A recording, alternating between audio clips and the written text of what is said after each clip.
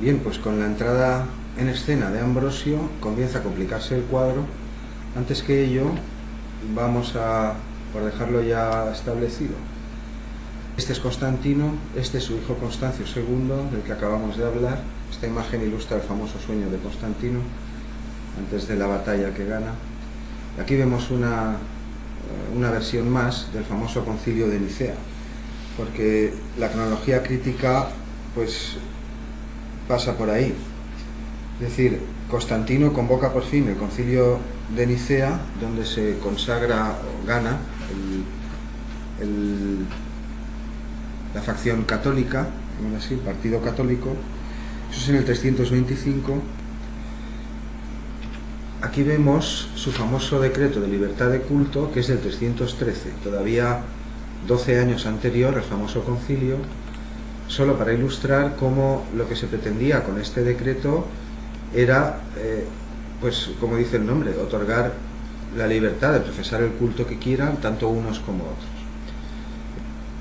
Habiendo advertido hace ya mucho tiempo que no debe ser cohibida la libertad de religión, sino que ha de permitirse al arbitrio y libertad de cada cual se ejerciten las cosas divinas conforme al parecer de su alma, hemos sancionado que tanto todos los demás cuanto los cristianos conserven la fe y observancia de su secta y religión, que a los cristianos y a todos los demás se conceda libre facultad de seguir la religión que a bien tengan, a fin de quien quiera que fuera el numen divino y celestial pueda ser propicio a nosotros y a todos los que viven bajo nuestro imperio. Así pues, hemos promulgado con saludable y rectísimo criterio esta nuestra voluntad, para que a ninguno se niegue en absoluto la licencia de seguir o elegir la observancia y religión cristiana. Antes bien, sea lícito a cada uno dedicar su alma a aquella religión que estimare conveniente. Es decir, por un lado, pone fin a la última persecución que habían sufrido los cristianos, porque Diocleciano muere apenas 2 años antes de este año, y lo que aquí se observa es libertad de culto, en efecto, no solo para los cristianos, sino para cualquiera de ellos. Quiero decir que con este decreto Constantino no perseguía o no proscribía ni el paganismo ni otros cultos, sino que se intentaba conceder la misma igualdad o el mismo derecho a todos. No hay que olvidar que buena parte de todas estas confesiones recibían fondos públicos, en especial, sobre todo, desde Constantino, porque a partir de él el estamento eclesiástico entró a formar parte del funcionariado imperial, es decir, absorbió, digamos, la estructura administrativa o política de la Iglesia de entonces y la puso también bajo control imperial. Con esto surgió una nueva polémica o un nuevo problema que se ha dado en llamar cesaropapismo, que aquí no vamos a entrar, pero que en esencia consiste en hasta qué punto el poder civil, en este caso el emperador o el senado, quien lo detente, tiene capacidad y derecho y poder para intervenir en decisiones que atañen a lo que hasta entonces había venido siendo el poder eclesiástico. Es decir, si el emperador o el poder del Estado tiene que intervenir o que dirimir, incluso determinar lo que ocurre en el seno de la Iglesia. Esto se planteó aquí, comenzó a plantearse lo que llamamos cesaropapismo a partir de estos tiempos, pero la Iglesia realmente lo que hizo fue cada vez irlo limitando un poco más. De hecho, ahora veremos una pequeña introducción antes de pasar a Teodosio, que es donde empieza este personaje a aparecer. Ambrosio, aquí nos habíamos quedado. Aquí tenemos al famoso Ambrosio de Milán, que fue aclamado obispo, fue por aclamación popular. Fue una escena muy curiosa. En el obispado de Milán había un arriano, es decir, un obispo partidario de los postulados de Arrio y en contra, opuesto a los postulados que defendía Ambrosio y el concilio de Nicea y otros muchos. Yo creo que era un tal Maxencio. Bueno, pues murió, y ese mismo año que murió, con motivo de la elección del nuevo obispo, pues estaba ahí todo el mundo reunido. De repente, entre la multitud, se oyó gritar a un niño que gritaba Ambrosio obispo, y parece que todo el mundo al oír eso pues se puso a repetir Ambrosio obispo, y así fue elegido Ambrosio obispo, digamos, por aclamación popular. Es una suerte de eufemismo. Este personaje, ya lo hemos comentado antes, no aparece casi nunca en primer plano, sino que suele obrar por persona interpuesta, pero de hecho estará rigiendo los destinos de esta especie de simbiosis que se está produciendo desde Constantino entre el poder eclesiástico y el poder civil o el poder del Estado, pues prácticamente hasta su muerte. Muere en el 397, cuando ya Teodosio está en el poder, también gracias a sus haceres, a sus quehaceres y deshaceres. Es decir, durante el reinado de Teodosio, lo veremos en un momento, no hubo prácticamente ningún año, ni un solo año en el que no se emitieran decretos continuados y repetidos contra el paganismo, contra las herejías o contra cualquier tipo o forma de culto que no fuera el culto católico. Esta es la famosa basílica de famosa basílica de Milán, la que consagró Ambrosio. Creo que sus restos están enterrados aquí. Un personaje singular. Incluso llegó parece ser que en un par de ocasiones, en momentos críticos donde la polémica estaba muy subida de tono, pues tuvo la inconmensurable suerte o la feliz suerte de hacer un par de hallazgos de santos, incluidos dos, no recuerdo sus nombres, pero me vendrán a la cabeza, Protasio y Gervasio, en efecto, las reliquias de dos presuntos santos que él había encontrado casualmente, y que parece ser que son dos personajes que no habían existido jamás.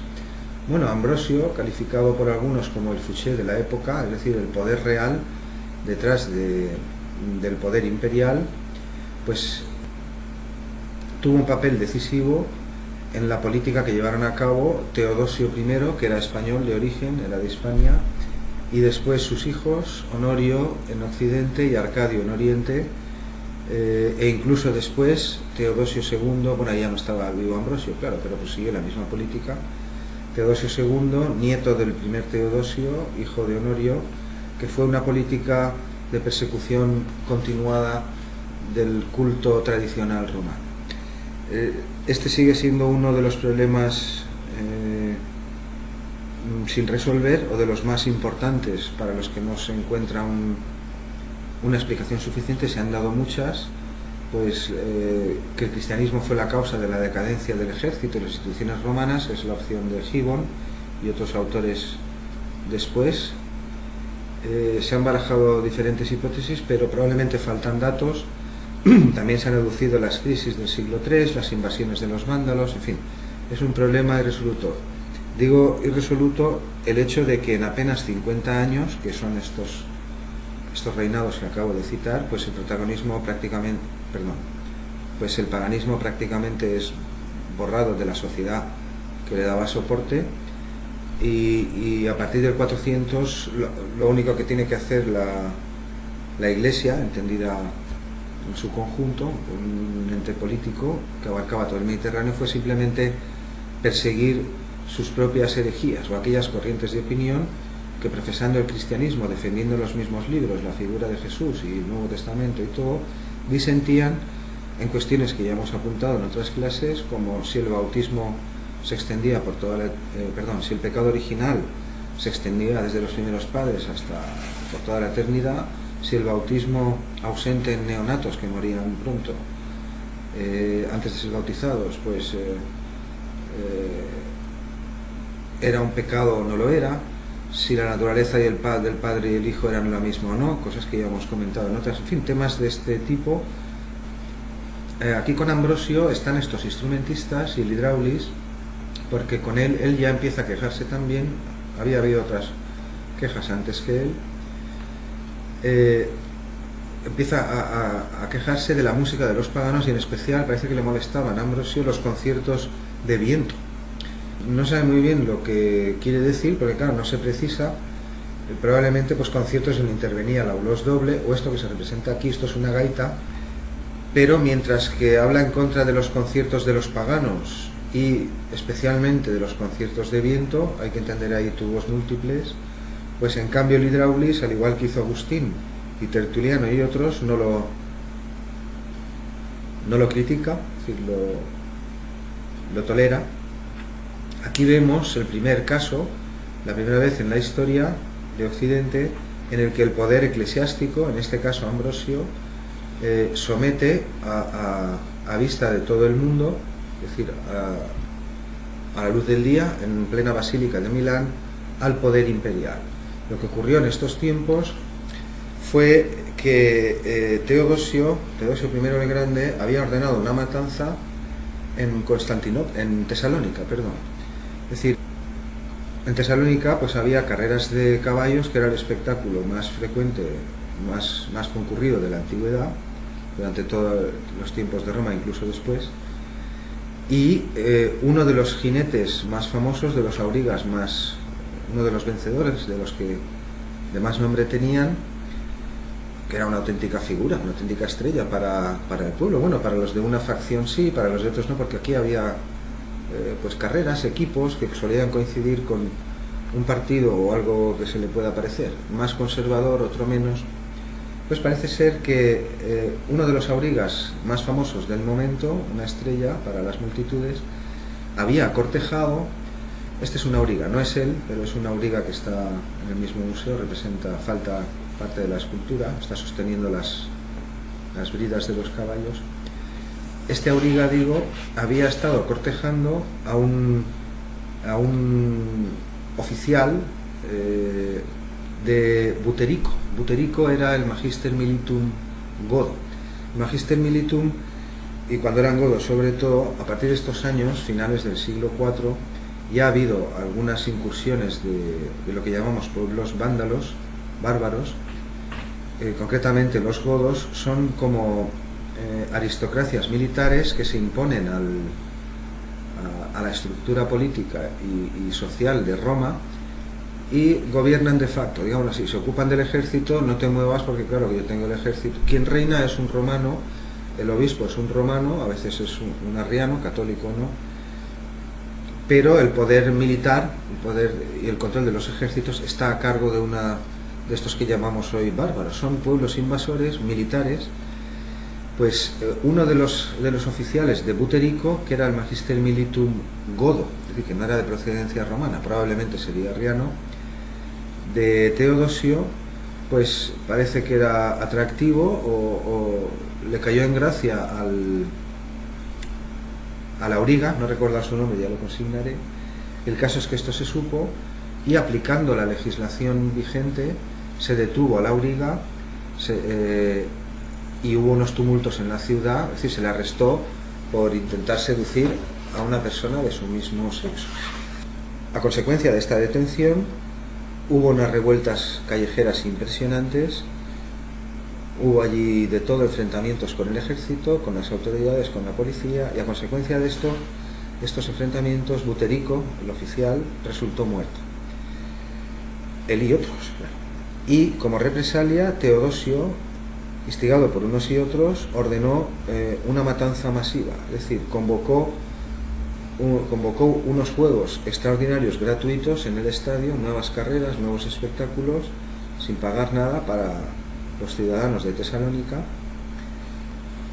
Esto fue en el 390, y cuando estaba el estadio lleno, a reventar, había dado la orden, sus soldados cerraron las puertas, es decir, sellaron el recinto de modo que no pudiera escapar nadie, entraron dentro a las gradas y masacraron, según las fuentes, entre 6.000 y 7.000 ciudadanos. Bueno, esto fue un acto de una violencia increíble, inusitada, que dejó espantados a todos. Parece ser que se arrepintió en el último momento, es decir, que intentó dar marcha atrás, pero para cuando dio la contraorden ya era demasiado tarde, habían entrado ahí y aquello era un baño de sangre. A consecuencia de este hecho, se conoce así como la masacre de Tesalónica, en el 390. El Ambrosio, que se representa en este cuadro de Van Dyck, este es Teodosio I, le prohibió tomar la comunión, incluso acceder al servicio religioso, hasta que no hubiera cumplido una penitencia. Es decir, el arzobispo de Milán le negó la entrada al mismísimo emperador a un recinto cristiano con motivo de esta matanza. De aquí viene la famosa frase, no sé si la he consignado aquí, no, pero es conocida, sobradamente conocida, que dice, es una frase de Ambrosio, dijo: el emperador está en la iglesia, no por encima de la iglesia. Es el primer acto evidente, oficial, o digamos así, sancionado a la luz pública, en el que una autoridad eclesiástica somete es decir, manda, ordena, se impone, no sobre cualquiera, un jefecillo, un gobernador, no, sino sobre el mismísimo emperador. Unos 10 años atrás de esta famosa masacre, también en tiempos de Teodosio, se publicó el edicto de Tesalónica en el 380.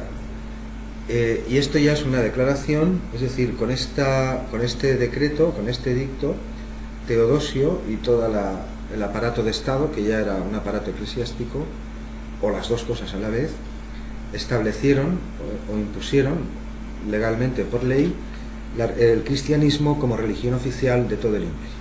Aquí tenemos solo un extracto para que se vea el tono de la declaración. Dice: queremos que todos los pueblos que son gobernados por la administración de nuestra clemencia profesen la religión que el divino apóstol Pedro dio a los romanos, que hasta hoy se ha predicado como la predicó él mismo, y que es evidente que profesan el pontífice Dámaso, que está en ese momento en el trono papal, y el obispo de Alejandría Pedro, hombre de santidad apostólica. Es decir, a ellos dos deja constancia de que están también en la declaración. Y después dice: esto es, según la doctrina apostólica y la doctrina evangélica, creemos en la divinidad única del Padre, del Hijo y del Espíritu Santo, bajo el concepto de igual majestad y de la piadosa Trinidad, que era el credo que se había impuesto en Nicena en el 325. Y sigue diciendo: ordenamos que tengan el nombre de cristianos católicos quienes sigan esta norma, mientras que los demás los juzgamos dementes y locos, sobre los que pesará la infamia de la herejía. Sus lugares de reunión no recibirán el nombre de iglesias y serán objeto primero de la venganza divina y después serán castigados por nuestra propia iniciativa que adoptaremos siguiendo la voluntad celestial. Es decir, la serie de decretos repetidos y continuados que comienzan ya con Constancio II, el tercer hijo de Constantino, en el 340, esto ya lo hemos visto, y que se prolongan al menos hasta 357, como consignamos, son retomados después por los sucesores, después de la década de edictos que promulgó Constancio II, entre los años 340 y 360, los paganos intentan retomar parte de lo que han perdido, porque cuando se promulga una de estas leyes, pues, por ejemplo, todas las confesiones que no sean católicas se ven obligadas a partir de entonces a entregar sus iglesias a quienes sí son católicos. Muchos pierden las propiedades, pierden los derechos. Bueno, es la tónica. Por ejemplo, justo después de Juliano, en el año 365, la palabra paganus ya se usaba en el lenguaje corriente, mientras que la primera vez que aparece en un edicto la palabra paganus es 5 años después, en el 370. Después de Juliano y hasta que Teodosio es coronado emperador, pues ya hemos apuntado muy rápidamente lo que ocurre. Hay una serie de emperadores también en estos tiempos.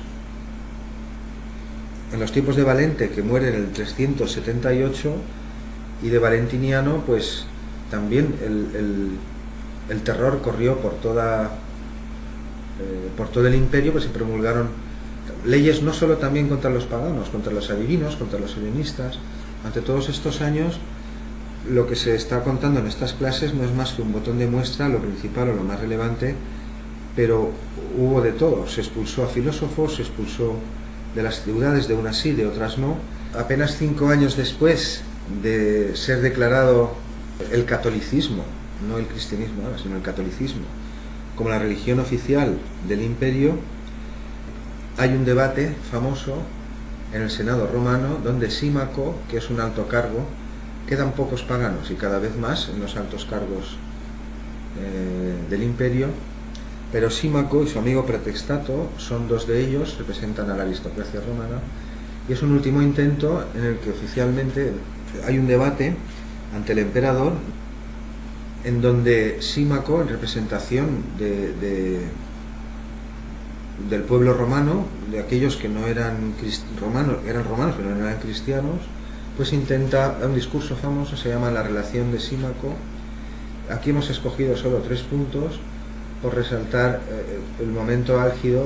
Es una argumentación de causas y argumentos a favor y en contra, y de agravios pasados entre unos y otros, cristianos y paganos, de los siglos anteriores, escrito en un estilo retórico, pues como se hacía antes. Pero hay 3 puntos muy curiosos, que es donde Roma toma la palabra, es decir, Símaco lo que viene es, el paganismo está pues muy enfermo ya, por no decir en trance de muerte, y viene como a pedir clemencia al emperador, es decir, el Estado ya es cristiano, desde los tiempos de Constantino, pues prácticamente. Y dice en el punto 8, dice, en efecto, cada uno tiene sus costumbres y cada uno tiene sus ritos, como sabemos que ocurría en la Roma clásica. Y uno de los argumentos que utiliza Ambrosio, porque Ambrosio no se queda callado después de este debate, en esencia lo que vino a ocurrir es que Símaco habló, conmovió a todo el mundo, tenía ya al Senado a todos en el bolsillo, tanto paganos como que todos estaban a favor de restaurar los fondos y levantar las prohibiciones sobre la antigua religión, es decir, sobre la religión romana. Y cuando ya estaban todos que iban a darle la razón y parecía que iban a hacerse un poco las paces, Ambrosio, al oído del emperador, y en una serie de cartas después que contestó por escrito a todas estas cosas, a las relaciones de Símaco, pues le convenció de que no, y al final se denegó. Entre otras cosas, pues reclamaba eso, que se les devolvieran los fondos, el permiso de construir templos, de adorar a sus dioses, devolver la estatua de la Victoria al altar, como había estado allí durante 500 años o más. Y en este punto, en el 9, le dice Símaco, dice, imaginemos que quien habla ahora, dice, es Roma. Y estas son las palabras que le dirige Roma, a través de Símaco, al emperador. Dice, príncipes óptimos, padres de la patria, reverenciad mis años. Está apelando a la antigüedad de la religión romana, que durante 1000 años, Roma no había sido tomada, 800 para ser más exactos, y justo 3 años después de esta relación, de este debate, es saqueada por primera vez por los sénones al mando de Breno, unos bárbaros, y 15 años después de nuevo por Alárico en el famoso saqueo de Roma del 410. Pero durante 8 siglos no había caído. Y aquí está Símaco apelando pues a la fuerza de la memoria y de las costumbres y de las tradiciones, que son eso.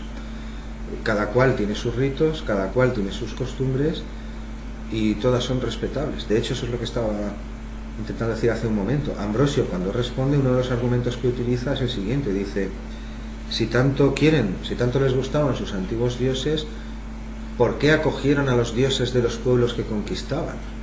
Es decir, está admitiendo que Roma, en efecto, dice, es que los dioses de Cartago, dice Ambrosio, que eran sus enemigos mortales 200 años antes de Cristo, y a los que borraron del Mediterráneo los romanos, también están dentro de la vida social y religiosa romana. Y así con todos. Los dioses de los pueblos conquistados eran incorporados al panteón imperial, digámoslo así, de Roma, y se dejaba a los que los profesaban, fueran cautivos o no lo fueran, pues seguir profesándolos. Lo que no podías dejar de hacer era adorar o reverenciar a los dioses oficiales de Roma. Es decir, aquí está apelando Símaco a la fuerza de la tradición, a la fuerza de la memoria, que es la transmisión de las costumbres, que cada cual tiene las suyas, y aquí personifica Roma, y Roma dice eso, dice, reverenciad mis años a los cuales me condujo una piadosa religión. Me mantendré en mis ceremonias ancestrales y no me arrepiento de ello. Viviré según mis costumbres, puesto que soy libre. Esto es lo que dice el pueblo romano. Este culto pondrá de nuevo a todo el mundo bajo mis leyes, como estuvo durante casi 1000 años. Fueron estas ceremonias sagradas las que alejaron a Aníbal y a los sénones que acabamos de citar del Capitolio. Pero el punto más crítico es el 10. Dice Roma, ya veré yo qué es lo que se intenta enseñar, diciendo, ya tengo una edad, parece que estoy feneciendo porque he perdido el control político de mi propio imperio, pero dice, de todos modos, Toda enmienda es tardía y reprobable ya en la vejez. Por tanto, os pedimos paz para los dioses patrios, para los dioses nacionales, los del culto romano. Es justo, dice Roma, que aquello que todos veneran sea considerado uno. Y aquí está poniendo el dedo en la llaga de estos 2 siglos, bueno, más, fueron 2 siglos y después en adelante, de disputas cristológicas y sobre temas de teología y de fe que ya lo hemos dicho en otras ocasiones, que muchos paganos y muchos romanos, aunque no adorasen nada, pues contemplaban con pasmo y sorpresa. Y las palabras de Roma son las siguientes. Dice: contemplamos los mismos astros, el cielo es común, el mismo mundo nos envuelve. ¿Qué importancia tiene con qué pensamientos cada uno busca la verdad? No es posible llegar a misterio tan grande por un solo camino. Y ya para acabar, ahora ya no habla Roma, habla Símaco y remata el tema. Dice: pero esto es una disputa de ociosos, es decir, decidir por qué camino se puede llegar o no a una verdad que no es la verdad del mundo, no es la verdad del cielo ni de los astros, sino que son las creencias de unos y de otros que tratan de ser impuestas. Ahora nosotros os estamos suplicando, no estamos intentando añadir una disputa más sobre el tema.